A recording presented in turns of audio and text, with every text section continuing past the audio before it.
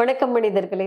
இது வரைக்கும் நாம வந்துட்டு எவ்ரி ஃப்ரைடே 3 எபிசோட் கம்ப்ளீட் பண்ணி இன்னைக்கு வந்துட்டு 4வது எபிசோட் வந்திருக்கோம். ஒவ்வொரு வாரமும் நாம வந்துட்டு சந்திக்கக்கூடிய வெளி உலகம் நமக்கு வந்துட்டு என்ன மாதிரியான இன்புட்ஸ் கொடுத்துட்டு இருக்கு, அதை நாம வந்துட்டு எந்த பார்வையில அணுகணும். ஏன்னா நம்ம லைஃப்பை நாமளே ரூல் பண்ணணும் அப்படிங்கிறதுக்காக தான் நாம வந்துட்டு ஒவ்வொரு வாரமும் இந்த நிகழ்ச்சியை தொகுத்து வழங்கிட்டு இருக்கோம் உங்களுக்காக. அப்ப அந்த வகையில வந்துட்டு பாத்தீங்கன்னா இன்னைக்கு நம்ம பேச போறது ஒற்றுமை அப்படிங்கிற டாபிக் பத்தி. அப்ப இந்த ஒற்றுமைக்கு வந்துட்டு ஒரு புது வியூகம் இன்னைக்கு நாம வந்துட்டு காட்ட போறோம். ஏன்னா உலகம் முழுக்க வந்துட்டு ஒவ்வொருத்தரும் வந்துட்டு ஒற்றுமையை வந்துட்டு நிறைய விரும்புறாங்க. நாம எல்லாம் ஒன்றுபட்டாதான் வந்துட்டு வாழ்க்கை, இதெல்லாம் பத்தி சிந்திக்கிறோம். ஆனா அந்த ஒற்றுமை எங்க ஆரம்பிக்குது அப்படிங்கிறது தான் ரொம்ப முக்கியம். ஏன்னா இந்த ஒற்றுமை எப்படி, எந்த இடத்துல, எந்த அறிமுகத்தினால உண்டாகுது அப்படிங்கிறத நாம கவனிக்க ஆரம்பிக்கணும். ஒரு எக்ஸாம்பிளுக்கு, அம்மாவுக்கும் நமக்கும் உண்டான ரிலேஷன்ஷிப் பாண்ட் என்ன அப்படின்னா கருணை. அதே போல அப்பாவுக்கும் நமக்கும் உள்ள பாண்ட் என்ன அப்படின்னா அறிவு.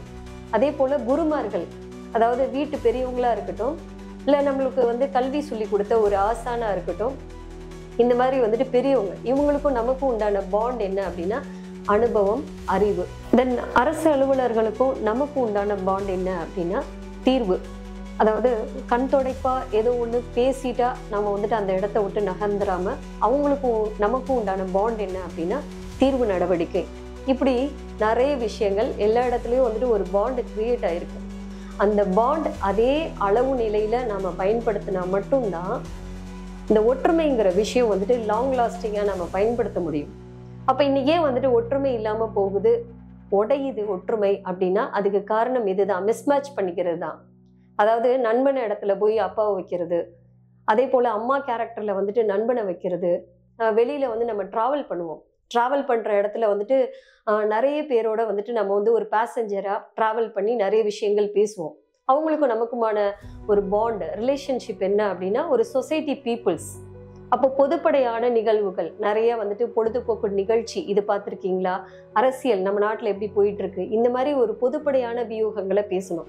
பர்சனல் விஷயங்களை ஷேர் பண்ணக்கூடாது. அதே போல பிஸ்னஸ் பீப்புள்ஸ்க்கும் ஒரு லேபர்ஸோ சொல்லலாம், இல்லை அவுட் சோர்சிங் பண்றவங்க, இவங்களுக்குள்ள ஒரு ரிலேஷன்ஷிப் பாண்ட் என்ன அப்படின்னா வரவு செலவு. இப்படி நாம எந்த இடத்துல எப்படி அறிமுகம் ஆயிக்கிறோம், அந்த அறிமுகத்தை நாம அதே அளவீட்டுல பயன்படுத்துறோமா, இங்கதான் இருக்கு ஒற்றுமை. அப்ப ஏன் ஒற்றுமை உடையுது அப்படின்னா இந்த மிஸ்மேட்ச் நடக்கிறதுனாலதான். நாம வந்து பிஸ்னஸ் பீப்புள்ஸும் இன்னொரு பிஸ்னஸ் பீப்புள்ஸ் டைப் பண்ணியிருக்கும் போது அதனோட அளவீடு மாறக்கூடாது. இந்த மாதிரி ஒவ்வொரு ரிலேஷன்ஷிப்லையும் உண்டான அந்த பாண்டை நாம சரியா பயன்படுத்தினா மட்டும்தான் ஒற்றுமையை பத்தி நாம பேச முடியும், ஒற்றுமையா இருக்க முடியும்.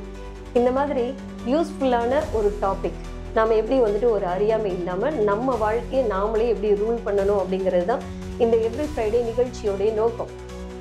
ஸோ நீங்க வந்துட்டு உங்களுக்கு தெரிஞ்ச டாபிக்கையும் நீங்க வந்துட்டு கீழே கமெண்ட் பாக்ஸ்ல எனக்கு இந்த மாதிரியான சில விஷயங்கள் தெரியும் அப்படிங்கிறதையும் நீங்க பதிவிடலாம்.